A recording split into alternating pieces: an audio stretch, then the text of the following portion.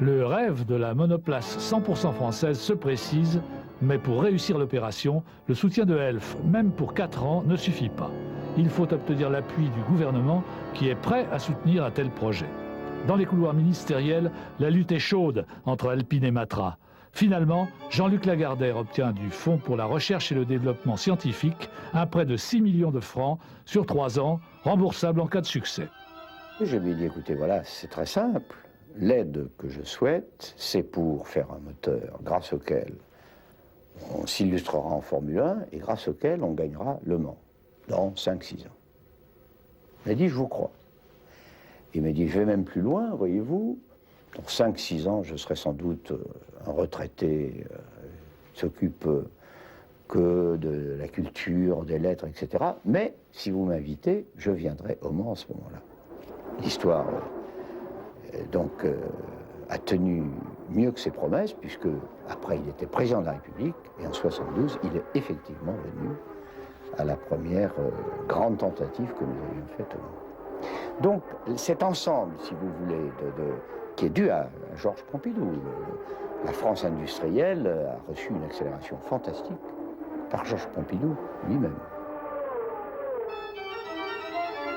Les fonds nécessaires étant réunis, le feu vert est donné pour l'étude et la construction du moteur de Formule 1.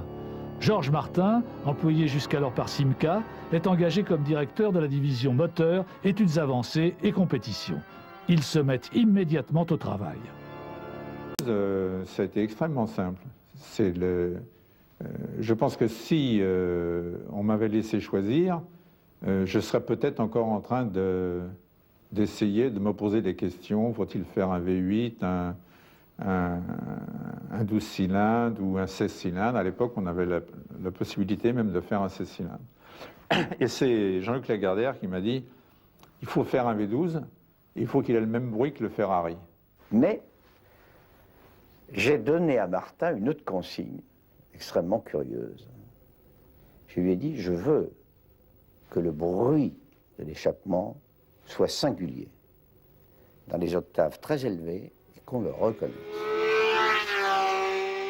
Je ne pouvais pas attendre ce délai de 3 à 6 mois pour créer une équipe, pour démarrer l'étude du moteur.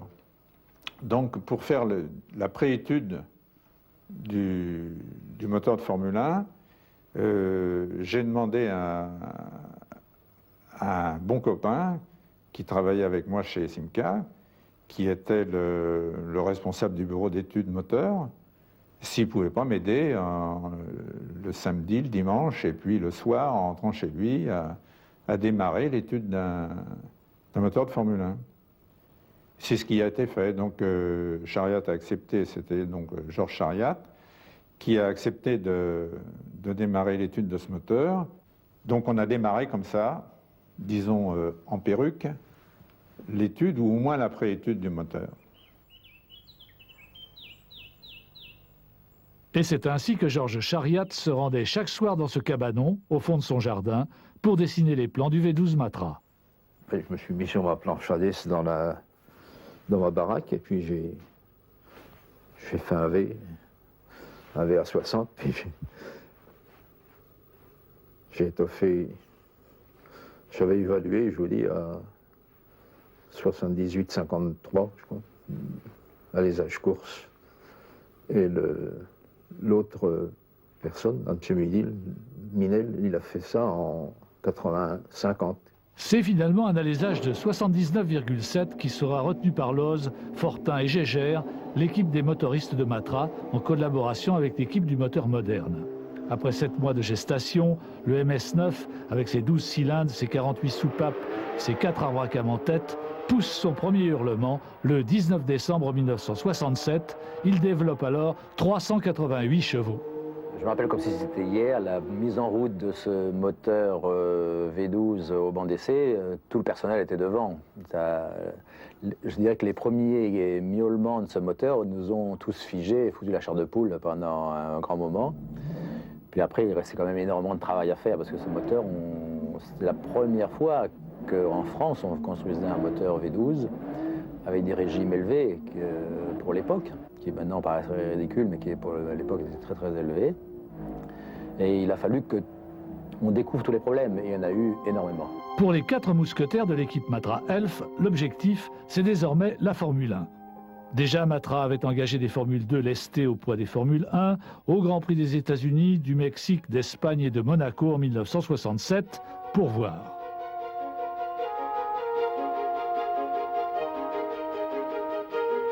Pour la saison 1968, Matra décide de jouer sur 2 tableaux en faisant courir conjointement la MS-11 avec le moteur V12 et la MS-10 avec le moteur V8 Ford Cosworth.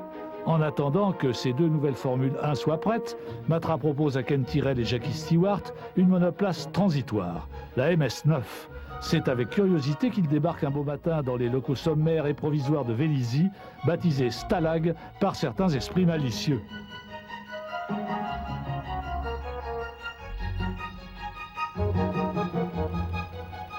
Même s'il ne s'agit que d'une Formule 2 motorisée par le V8 Ford Cosworth, Tyrrell et Stewart sont enthousiastes. Tyrrell décide alors d'effectuer des essais sur le circuit sud-africain de Kyalami.